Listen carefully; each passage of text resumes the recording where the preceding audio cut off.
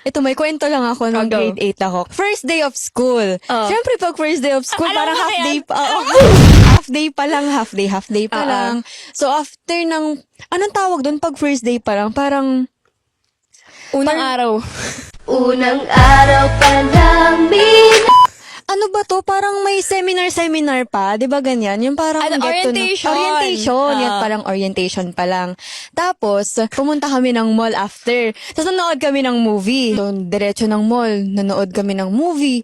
Kalagitnaan ng movie. Hindi kasi ako nagpaalam. Yung nanay ko tumawag. Be, yung kaba ko talaga.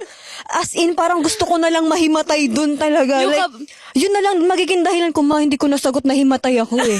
Yun talaga. Pero, sinagot ko. Lumabas ako ng sinehan. Sabi ko, ma, andito po ako sa, Pero sa friends mall. mo kasama mo. Friends ko, mo. nakilala niyan. Sigaw, sumisigaw ni nanay ko, saan na? Umuwi ka na. Eh di, ang ginawa ko, hindi na ako nagpaalam sa friends ko, wala na.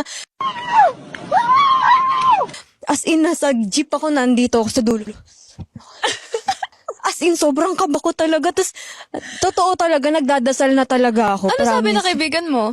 Wala, hindi ko na nga nasabihan kasi nga sobrang kaba ko. Pasok ko yung nanay ko, wala na. Dragon na te.